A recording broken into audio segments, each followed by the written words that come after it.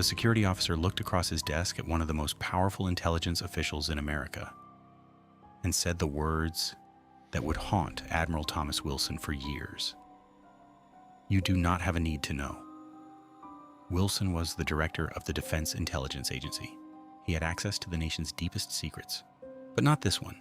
What I'm about to tell you comes from 15 pages of handwritten notes that were never supposed to see daylight. They detail a conversation that reveals the existence of a shadow program so classified that even the head of military intelligence was locked out. A program involving technology that didn't come from this world. October 16th, 2002. The EG&G Special Projects Facility in Las Vegas, Nevada. Dr. Eric Davis, a physicist working for the National Institute for Discovery Science, sits across from Admiral Thomas Wilson in a sterile conference room. Wilson had served as director of the Defense Intelligence Agency for 3 years. He knew America's most guarded secrets. But Wilson was about to reveal something that shattered everything Davis thought he knew about government transparency. As Davis picked up his pen and began writing, Wilson started talking about the day his world changed forever. The day he learned that some secrets were too big even for him. It started in 1997. Wilson had been briefed on something called special access programs related to UFOs. As one of the most senior intelligence officials in the Pentagon, he assumed he could access any program he needed to. He was wrong, dead wrong. Wilson told Davis he had approached 3 different aerospace contractors. He was hunting for a program that shouldn't exist, a program that had been hidden even from him. The first 2 contractors claimed ignorance, but the third one changed everything. The contractor's security officer invited Wilson into his office. What happened next violated every protocol Wilson understood about military hierarchy.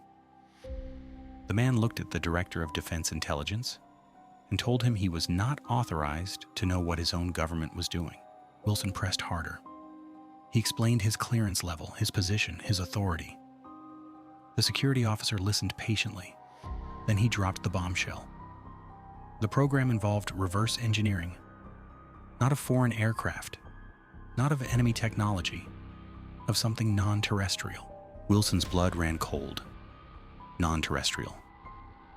The word hung in the air like a death sentence. This wasn't just about classified aircraft or experimental technology.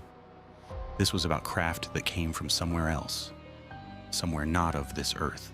The security officer continued. The program had been running for decades, possibly since the 1940s. It employed between 400 and 800 people. They were studying metamaterials with properties that defied conventional physics, materials that fell from the sky in pieces. Wilson demanded access. He wasn't asking, he was ordering. As director of the Defense Intelligence Agency, he had the authority to know, but the security officer just shook his head. Some programs, he said, operated beyond the reach of normal government oversight, even beyond Wilson's reach. Then came the moment that broke Wilson's faith in everything he thought he knew about American government. The security officer looked him in the eye and said, "Admiral, you do not have a need to know." The head of military intelligence had just been told he wasn't cleared to know what his own military was doing. Wilson sat in stunned silence.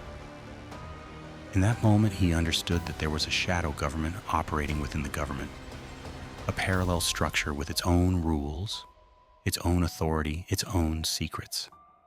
And those secrets involved technology from beyond our world. The security officer escorted Wilson out. As they walked to the exit, Wilson asked one final question. How long had this been going on? The answer chilled him to the bone. Since Roswell. Since 1947. For over 50 years, a secret program had been studying crashed UFOs, while the rest of the government remained in the dark. Wilson left that facility a changed man. He had entered as the director of Defense Intelligence, believing he sat at the apex of America's intelligence pyramid. He He left knowing he was just another outsider, locked out from the most important secret in human history.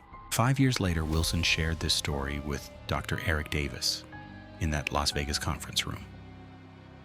Davis wrote down every word, 15 pages of handwritten notes that would remain hidden for 17 years.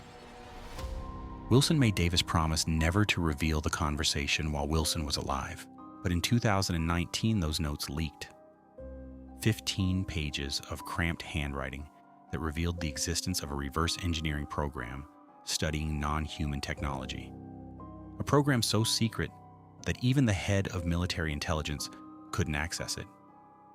A program that might still be running today. Wilson has never confirmed or denied the memo's authenticity. His silence speaks volumes. When contacted by reporters, he simply says he cannot comment on classified matters. But his non-denial might be the loudest confirmation of all. The Wilson memo raises a terrifying question that keeps researchers awake at night.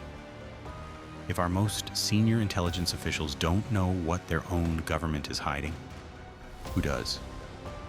And what else are they studying in those underground facilities that even admirals can't access? Somewhere in America, in a facility you'll never see on any map, scientists may still be studying materials that fell from the stars. And the people who could tell us the truth about what they've learned, they're not allowed to know either. If you want to uncover what they're hiding in the shadows, subscribe. The next signal drops Friday.